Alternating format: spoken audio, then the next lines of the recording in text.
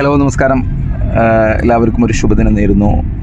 ഈ ഒരു വോയിസ് വളരെ ഫുള്ളായിട്ട് എല്ലാവരും സമാധാനത്തോടെ ഇരുന്ന് കേൾക്കുക. നമ്മൾ പുതിയൊരു ബിസിനസ് സ്റ്റാർട്ട് ചെയ്യാൻ പോകുന്നവരാണ്. മിൽക്ക് പ്രൊഡക്റ്റുകളുടെ ഡിസ്ട്രിബ്യൂഷനാണ് നമ്മൾ ചെയ്യുന്നത്. നമുക്ക് ഏരിയ ഫിക്സ് ആയിട്ടുണ്ടാവും. നമ്മൾ എഗ്രിമെൻറ്റിൽ എത്തിയിട്ടുണ്ടാവും. ചിലപ്പോൾ എഗ്രിമെൻറ്റ് ചെയ്യാൻ പോകുന്നുണ്ടാവും. നമ്മൾ പേയ്മെൻറ്റുകളൊക്കെ അടച്ചിട്ടുണ്ടാവും. അപ്പോൾ നമ്മളൊരു മൈൻഡ് സെറ്റിലാണ് ആദ്യം വർക്ക് ചെയ്യേണ്ടത്. നമ്മളൊരു ബിസിനസ് ചെയ്യാം എന്ന് തീരുമാനിച്ചു കഴിഞ്ഞാൽ ഇവിടെ ഞാൻ കുറേ ആളുകളിൽ കാണുന്ന ഒരു പ്രശ്നം എന്താണെന്ന് വെച്ചാൽ, ഇതൊരു പ്രശ്നമാണ്, വളരെ പ്രധാനപ്പെട്ട ഒരു പ്രശ്നമാണ്. ഒരു 2.5 ലക്ഷം ആവറേജ് മുടക്കുമ്പോൾ നമ്മളൊരു ബിസിനസ് സ്റ്റാർട്ട് ചെയ്യാം. പക്ഷേ നമ്മുടെ മൈൻഡ് സെറ്റിൽ ഈ 2.5 ലക്ഷം രൂപ എന്നുള്ളത് നിലനിന്നാൽ ചിലപ്പോൾ നമ്മളൊരു പരീക്ഷണം നടത്താം എന്നുള്ള രൂപത്തിൽ സ്റ്റാർട്ട് ചെയ്യും. ഒരിക്കലും ആ ഒരു ചിന്താഗതി നിങ്ങൾക്ക് ഉണ്ടാവരുത്. നമ്മുടെ മനസ്സിലെപ്പോഴും ഒരു 25 ലക്ഷം രൂപയെങ്കിലും നമ്മൾ മുടക്കി എന്നുള്ള ഒരു മൈൻഡ് സെറ്റിനെ നമ്മൾ സെറ്റ് ചെയ്ത് വെച്ചാലാണ് നമുക്ക് ആത്മാർത്ഥമായിട്ട് വർക്ക് ചെയ്യാൻ കഴിയുക. നിങ്ങൾക്കെന്നെ ആലോചിച്ചാൽ മനസ്സിലാവും. നമ്മൾ വളരെ കുറഞ്ഞ ഇൻവെസ്റ്റ്മെൻറ്റിൽ ഒരു ബിസിനസ് സ്റ്റാർട്ട് ചെയ്യുമ്പോൾ നമ്മൾ അത്രത്തോളം അതിനൊരു പ്രാധാന്യം കൊടുക്കാതെ വരും. അങ്ങനെ ഒരിക്കലും സംഭവിക്കരുത്. കാരണം ചെറിയൊരു ഷോപ്പ് തുടങ്ങുമ്പോൾ പോലും ഒരു 15-20 ലക്ഷം രൂപ ചിലവ് വരുന്നുണ്ട് ഇപ്പോൾ ഇന്നത്തെ കാലത്ത്. അപ്പോൾ ഇത്രയും നല്ലൊരു ഹോൾസെയിൽ ബിസിനസ് നമ്മുടെ ഏരിയയിൽ മുഴുവൻ ഒരു മാസത്തിൽ ഒരു 1.5-2 ലക്ഷം രൂപ പ്രോഫിറ്റ് ഉണ്ടാക്കാൻ തക്ക രൂപത്തിൽ ഒരു ബിസിനസ് അവസരങ്ങൾ കിട്ടുമ്പോൾ അത് നിങ്ങൾ പാഴാക്കി കളയരുത്. നമ്മൾ ഒരു പ്രത്യേകം ശ്രദ്ധിക്കുക.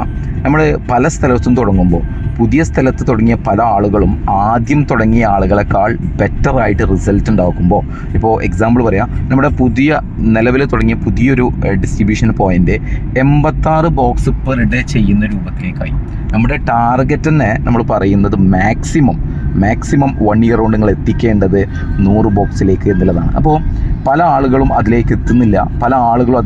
അതിൻ്റെ റീസൺ നമ്മൾ ചെയ്യുന്ന രീതികളാണ് വ്യത്യസ്തത. അപ്പോൾ നമ്മുടെ മൈൻഡ് സെറ്റ് സെറ്റ് ചെയ്യുക, ആത്മാർത്ഥമായിട്ട് വർക്ക് ചെയ്യുക, അതിനു വേണ്ടിയിട്ട് പരിശ്രമിക്കുക. നമ്മൾ പഠിക്കാൻ തയ്യാറാവുക എന്നുള്ളതാണ് ഇമ്പോർട്ടൻ്റ് ആയിട്ടുള്ള കാര്യം.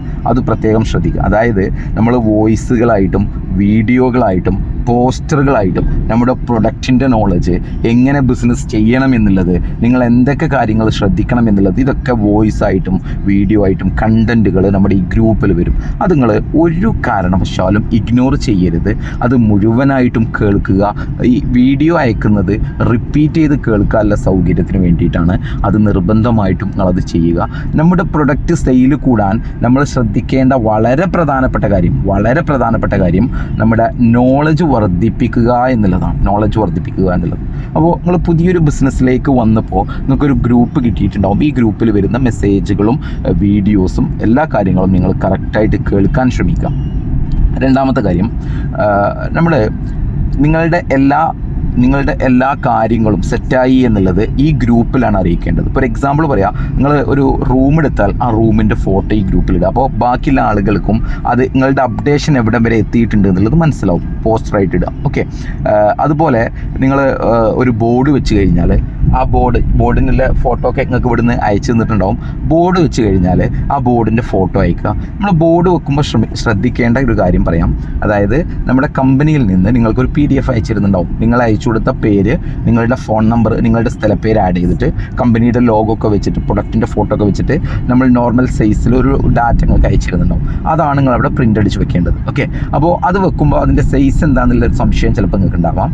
ആ സൈസ് എന്ന് പറയുന്നത് നമ്മുടെ റൂമിൻ്റെ ഫ്രണ്ട് ഭാഗം എത്രയാണോ സൈസ്, അതിൻ്റെ മുകളിൽ ഒരു ചെറിയ ഫ്രെയിം അടിച്ചിട്ട് വളരെ കുറഞ്ഞ എക്സ്പെൻസിലാണ് നമ്മളത് ചെയ്യേണ്ടത്. എല്ലാ സ്ഥലങ്ങളിലും നമ്മൾ പഫ് ബോക്സ് വാങ്ങിക്കുമ്പോൾ, ഫ്രീസർ വാങ്ങിക്കുമ്പോൾ, വാഹനം എടുക്കുമ്പോൾ, ബോർഡ് വെക്കുമ്പോൾ, റൂം എടുക്കുമ്പോൾ എല്ലാം നമ്മൾ എപ്പോഴും നമ്മുടെ ഡിസ്ട്രിബ്യൂട്ടേഴ്സിനോട് പറയാറുള്ളത് നമ്മൾ ഇരുന്നിട്ട് കാല് നീട്ടുക എന്നുള്ളതാണ്. അപ്പോൾ നമ്മൾ ഏറ്റവും കുറഞ്ഞ എക്സ്പെൻസിൽ അതെങ്ങനെ ചെയ്യാൻ പറ്റും എന്നുള്ളത് നോക്കാം. പഫ് ബോക്സ് വാങ്ങിക്കുമ്പോൾ നമ്മൾ പറയുന്നത് മിനിമം ഒരു 200 ലിറ്ററിൻ്റെ മുകളിൽ ആയിട്ടുള്ള ഒരു പഫ് ബോക്സ് വാങ്ങിക്കുക എന്നുള്ളതാണ്. കാരണം നമുക്ക് ഒന്നിൽ കൂടുതൽ പഫ് ബോക്സ് വേണ്ടി വരും. പക്ഷെ സ്റ്റാർട്ട് ചെയ്യുമ്പോൾ നമുക്ക് ഒന്ന് മതി. അപ്പോൾ ഒന്ന് മാത്രം വളരെ കുറഞ്ഞ എക്സ്പെൻസിൽ സ്റ്റാർട്ട് ചെയ്യാനുള്ളത്. ഒരു ഫ്രീസറിൻ്റെ കാര്യം വരുമ്പോൾ നമ്മൾ പറയുന്നത് 500 ലിറ്ററിൻ്റെ മിനിമം ഫ്രീസർ നിങ്ങളുടെ കയ്യിൽ വേണം എന്നുള്ളതാണ്. റൂട്ടുകളിൽ നിന്ന് പോയി തിരിച്ചു വന്നതിനുള്ള ശേഷമുള്ള സാധനങ്ങൾ നിങ്ങൾക്ക് സൂക്ഷിക്കുന്നതിന് വേണ്ടിയിട്ടാണ് ആ പഫ് ബോക്സ് ഫ്രീസർ വേണം എന്ന് പറയുന്നത്. ഓക്കെ, നമ്മൾ റൂമിൻ്റെ കാര്യത്തിൽ പറയുന്നത് 5000 രൂപ റെൻറ്റ് മാസത്തിൽ കിട്ടുന്ന റൂമാവണം. 20,000 രൂപേൻ്റെ മുകളിലേക്ക് അഡ്വാൻസ് പോവാത്ത തരത്തിലുള്ള റൂമാവണം. നിങ്ങൾ എഗ്രിമെൻ്റ് ആളായിട്ട് ബിൽഡിംഗ് ഓണറായിട്ട് എഴുതണം. ലൈസൻസ് എടുക്കേണ്ട കാര്യത്തിൽ ശ്രദ്ധിക്കേണ്ട കാര്യങ്ങൾ: ഒന്ന്, പഞ്ചായത്ത്, മുനിസിപ്പാലിറ്റി, കോർപ്പറേഷൻ, ഇതിലേതെങ്കിലും ഒന്നിൻ്റെ ലൈസൻസും. രണ്ടാമത്, ഫുഡ് ആൻഡ് സേഫ്റ്റിയുടെ ലൈസൻസുമാണ് വേണ്ടത്. അടുത്തത് വേണ്ടത് പിന്നെ GST ആണ്. അത് നിങ്ങൾ ആ ഒരു തരത്തിലേക്ക് നിങ്ങൾ GST കാറ്റഗറിയിൽ എത്തണമെന്നുണ്ടെങ്കിൽ, എൻ്റെ അറിവ് ശരിയാണെങ്കിൽ 20 ലക്ഷം രൂപയുടെ മുകളിലേക്ക് സെയിൽ ചെയ്യുമ്പോൾ മാത്രം മതിയാവും. ആ സമയത്ത് നിങ്ങൾക്ക് GST ചെയ്യാം. ഈ 2 ലൈസൻസ് ഉണ്ടെങ്കിൽ നിങ്ങൾക്ക് ബിസിനസ് സ്റ്റാർട്ട് ചെയ്യാവുന്നതാണ്. ലൈസൻസിന് അപേക്ഷിക്കുമ്പോൾ ആദ്യം പഞ്ചായത്ത് അല്ലെങ്കിൽ മുനിസിപ്പാലിറ്റി, കോർപ്പറേഷൻ ലൈസൻസ് അപേക്ഷിച്ചതിന് ശേഷം അതിൻ്റെ ഫീ അടച്ചു കഴിഞ്ഞാൽ ലൈസൻസ് കിട്ടാൻ കുറച്ച് സമയം പിടിക്കും. പക്ഷേ ആ ഫീ അടച്ചു കഴിഞ്ഞ പേപ്പർ വെച്ചിട്ട് തന്നെ നിങ്ങൾക്ക് ഫുഡ് ആൻഡ് സേഫ്റ്റിയുടെ ലൈസൻസ് എടുക്കാം. രണ്ടും ഓരോ വർഷത്തിനാണ് നിങ്ങൾക്ക് ലൈസൻസ് എടുക്കാൻ പറ്റുക. ഫുഡ് ആൻഡ് സേഫ്റ്റിക്ക് ആവറേജ് 2000 രൂപയും മറ്റേതിന് പല പഞ്ചായത്തിലും വ്യത്യസ്തം ഉണ്ടാവും. ചിലപ്പോൾ ഒരു 1000, 1400 ആ റേഞ്ചിലൊക്കെയാണ് നമുക്ക് സാധാരണ വരാറ്. ഓക്കെ, വാഹനം എടുക്കുമ്പോൾ നമ്മൾ പറയുന്നത് ജീത്തോ സൈസിലുള്ള വാഹനം എന്നുള്ളതാണ്. പൂർണ്ണ ഉത്തരവാദിത്വം വാഹനത്തിൻ്റെ നിങ്ങളാണ് തീരുമാനിക്കേണ്ടത്. എക്സ്പെൻസ് കുറഞ്ഞിട്ടുള്ള വാഹനം എന്നുള്ളതാണ് നമ്മൾ ജീത്തോ പ്രിഫർ ചെയ്യാൻ കാരണം. ജീത്തോ, ടാറ്റയുടെ വാഹനങ്ങളൊക്കെ കാറ്റഗറിയിലുണ്ട്. വലിയ വാഹനങ്ങൾ എടുക്കാതിരിക്കുക, എക്സ്പെൻസ് കുറയാതിരിക്കുക, എക്സ്പെൻസ് കുറയ്ക്കാൻ വേണ്ടിയിട്ട് പരമാവധി ശ്രമിക്കുക. രണ്ടാമത്, നമ്മൾ പഴയ വണ്ടികൾ എടുക്കുമ്പോൾ അതിൻ്റെ മെയിൻ്റനൻസ് എക്സ്പെൻസ് കൂടുന്നുണ്ടോ എന്നില്ല നമ്മൾ പ്രത്യേകം ശ്രദ്ധിക്കുക. നമ്മൾ പ്രിഫർ ചെയ്യുന്നത് എപ്പോഴും പുതിയ വണ്ടികളാണ്. കാരണം 3 വർഷത്തിൽ കൂടുതൽ കഴിയുമ്പോൾ വാഹനങ്ങൾക്ക് കംപ്ലൈൻറ്റ് വരാനും മെയിൻ്റനൻസ് കൂടാനും സാധ്യതകളുണ്ട്. അപ്പോൾ അത് കൺട്രോൾ ചെയ്യുക എന്നുള്ളതാണ് അതിൻ്റെ ഒരു ലക്ഷ്യം. ഓക്കെ, ഇനി അടുത്തതായിട്ട് നിങ്ങൾ ഈ വാഹനം, ഈ facility, freezer, puff box, license അപേക്ഷ കൊടുത്തു, ഇത്രയും കാര്യങ്ങളായി കഴിഞ്ഞാൽ നിങ്ങൾ ഗ്രൂപ്പിൽ അത് അറിയിക്കുക. നമ്മുടെ മാർക്കറ്റിങ്ങിൻ്റെ മാനേജർ നിങ്ങളുടെ അടുത്തേക്ക് വരികയും നമ്മുടെ റൂട്ട് എന്ന് മുതൽ സ്റ്റാർട്ട് ചെയ്യാം അങ്ങനെയുള്ളത് നിങ്ങൾ പരസ്പരം ചർച്ച ചെയ്യുകയും ചെയ്യും. ആൾ നിങ്ങളെ കൂടെ ഒരു 4 ദിവസം വരും. നിങ്ങളെ കൂടെ ആൾ ഷോപ്പിലേക്ക് പോരും. അവർ സംസാരിക്കുന്നത് കണ്ട് പഠിക്കുക എന്നുള്ളതാണ്. എപ്പോഴും അവരെ മാത്രം ഡിപ്പെൻഡ് ചെയ്യാതെ നിങ്ങളൊക്കെ പഠിക്കുന്നതിന് വേണ്ടിയിട്ടാണ് അവർ കൂടെ വരുന്നത്. അങ്ങനെ കുറച്ച് ദിവസം അവിടെ വർക്ക് ചെയ്തതിന് ശേഷം റൂട്ട് തീരുമാനിച്ചതിന് ശേഷം ഷോപ്പുകൾ കുറച്ചൊക്കെ ആയതിനു ശേഷം നമ്മൾ സപ്ലൈ പറഞ്ഞ ഡേറ്റിൽ സ്റ്റാർട്ട് ചെയ്യും.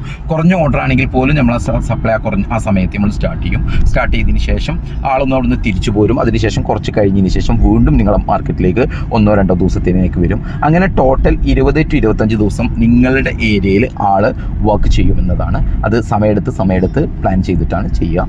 അപ്പോൾ നമ്മൾ ഇവർ വരുന്ന സമയത്ത്, മാർക്കറ്റിങ്ങിൻ്റെ സ്റ്റാഫുകളുടെ റൂട്ടിൽ വരുന്ന സമയത്ത് അവരെങ്ങനെയാണ് ഷോപ്പിൽ സംസാരിക്കുന്നത്, അവരെത്രത്തോളം ഷോപ്പുകളിൽ സംസാരിക്കുന്നുണ്ട്, നമ്മുടെ പ്രൊഡക്റ്റിൻ്റെ നോളജ്, ഇതെല്ലാം പഠിച്ചെടുക്കാൻ ഞങ്ങൾക്ക് പറ്റും. പിന്നെ നമ്മുടെ ഏരിയയിൽ ഒരു 7 കിലോമീറ്റർ ചുറ്റളവ് എന്ന് പറയുമ്പോൾ ഒരു 50 കിലോമീറ്റർ ഒക്കെ ഉണ്ടാവും. 45 to 50 കിലോമീറ്റർ. ഈ ഏരിയയിൽ ഒരുപാട് കടകളുണ്ടാവും. ഒരു 1000 to 1500 കടകൾ. നമ്മുടെ പാലുൽപ്പന്നങ്ങളിലെ ഏതെങ്കിലും സാധനങ്ങൾ എടുക്കുന്ന ഒരുപാട് കടകളുണ്ടാവും. അപ്പോൾ ആ ഏരിയയിലെ മുഴുവൻ കസ്റ്റമർ എടുത്തും നിങ്ങൾ വിസിറ്റ് ചെയ്യുക. കണ്ടിന്യൂസ് ആയിട്ട് അവർ സാധനം എടുത്തോ ഇല്ലേ നോക്കാതെ അവർ വിസിറ്റ് ചെയ്യുക എന്നുള്ളതാണ് സെയിൽസ് കൂടാൻ വേണ്ടിയിട്ട് നമ്മൾ പ്രധാനമായിട്ടും ചെയ്യേണ്ട കാര്യം. പിന്നെ നമ്മൾ കസ്റ്റമറായിട്ട് റിലേഷൻ ബിൽഡ് ചെയ്യുക എന്നുള്ളതാണ്. നമ്മുടെ അപ്ഡേറ്റുകളൊക്കെ ഗ്രൂപ്പിൽ വരുന്നത് ശ്രദ്ധിക്കുക. ഇത്രയും കാര്യങ്ങൾ ഒന്ന് അറിയിക്കുന്നതിന് വേണ്ടിയിട്ടാണ് ഗ്രൂപ്പിൽ വന്നിട്ടുള്ളത്. Thank you.